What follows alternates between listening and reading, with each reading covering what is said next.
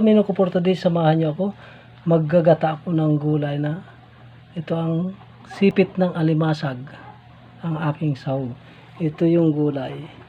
Kalabasa, sitaw, okra, talong, yung aking ricado, tanglad, pampalasa, paminta, sibuyas, bawang, sili. Ito yung gata. Yung gata, mga kalaot. Yan. Isahan ko na, mga kalaot. Yan, mga kalaot, kulong-kulo ng gata. Style ko kasi, mga kalaot. Niluluto ko muna ng gata bago galagay ang gulay. Yan, kulong-kulo na siya, mga kalaot.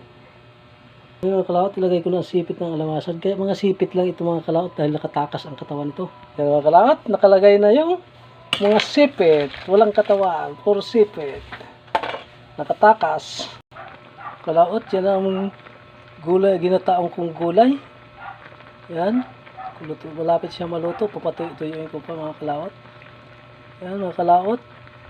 Sana nagustuhan nyo. Ginataang halong gulay, kalabasa, sitaw, talong. Yan, mga kalaot. Sana nagustuhan nyo, mga kalaot. Hanggang dito na lang. Bye-bye.